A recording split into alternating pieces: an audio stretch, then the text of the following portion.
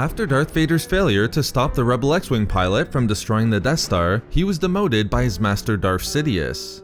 Vader would be relegated to overseeing construction on the second Death Star. And perhaps even more humiliating, he would have to hand over command of his Star Destroyer, the Devastator, to a rising star within the Imperial ranks, Colonel Bircher. With that, Vader begrudgingly gave the command codes for the Devastator to the Colonel and set off for the Endor system. Although Bircher was well respected in the eyes of Sidious, and even Vader had to recognize the skills of the Colonel, even they were deceived by the true nature of Bircher. All of his Imperial accolades as an elite TIE Interceptor pilot and officer were fabricated. In reality, Colonel Bircher was a rebel spy, the nephew of Mon Mothma, who was able to infiltrate the highest ranks of the Imperial hierarchy, while at the same time humiliating both the Emperor and Vader for putting him in command of a Star Destroyer. Even worse, as the Empire finally located the Rebel fleet after Yavin, and Vader was on the precipice of finally capturing Luke, it was then that Bircher would reveal his deception.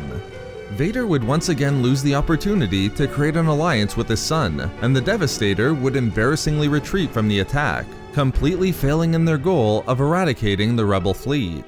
It was these elements that would push Vader to unleash his fury against the Imperial officers, which in his eyes failed both himself and the Emperor. Having convened a special detachment of elite stormtroopers, Vader's next actions would be remembered by the ensign attached to him as the most brutal and terrifying 5 days of her life. Traveling first to Coruscant, Vader and his stormtroopers secretly infiltrated an Imperial data center. Vader first confronted an Imperial major, demanding to know why Bircher had an entire false history, with fabrications going back decades. The major tried to argue the work must have been performed by elite slicers, but Vader wanted names. Although the major was willing to comply with Vader, the Sith Lord still nevertheless ordered his stormtroopers to interrogate the officer, an interrogation that would needlessly last for 8 hours. Even still, it was a better fate than the data center's chief of security, who Vader ordered to be executed. Although we don't see it, Vader would spend those 8 hours making examples of those responsible for Imperial security, examples that would disgust his new ensign. While Vader would then travel to the homeworld of the Bothans, brutally executing members of the planet's government, merely for suspicions in their role regarding Bircher, he still wasn't finished meting out punishment for the officers of the Empire. And this time, he would travel directly to the place of Bircher's deception, Vader's flagship, the Devastator, located at Kuat. With his elite stormtroopers surrounding them, Vader convened a meeting of the Star Destroyer's command staff, who Vader saw as complicit in Bircher's actions. As Vader explained that every officer was equally to blame for the acts of treason, one Imperial officer believed it would be wise to note that even Vader was deceived by Bircher. Using the Force, Vader reached out and sent the officer's face into the table before him. The officer was killed instantly, left face down in a pool of his own blood. Vader noted that not a single officer was innocent, and the entire command staff of the Star Destroyer was the definition of incompetence and degradation.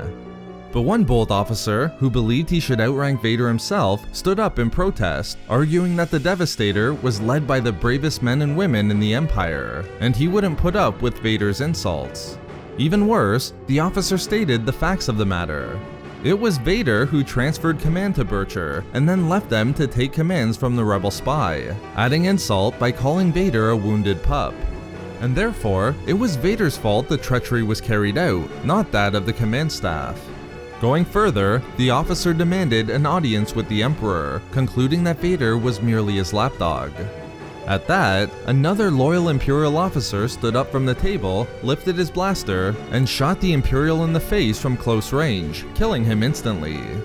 Perhaps equal parts of recognizing his failure to the Empire, and an attempt to escape Vader's wrath, the officer then turned his blaster upon himself, asking for Vader's forgiveness and noting his continued loyalty to the Emperor, as he carried out what Vader would have done anyway. As recognized by Vader's ensign, the Sith Lord would kill another 5 of the command staff before he was finished, bringing the total to 8 upon the Star Destroyer. And with Vader's work finished at Kuat, he would end his rampage, leaving countless Imperial officers dead or tortured for their failure towards him and the Emperor. So there we have it, Vader's brutal rampage against yet more Imperial officers. We love making these videos, so why not subscribe for more fun Star Wars theories and discussions? Also, if you enjoyed the video, think about giving a like or leaving a comment. Or perhaps follow us on Twitter at SW Reading Club for updates regarding the channel. Or support the channel through Patreon for access to exclusive rewards and discussions. If not for me... For the worst first day on the job ever.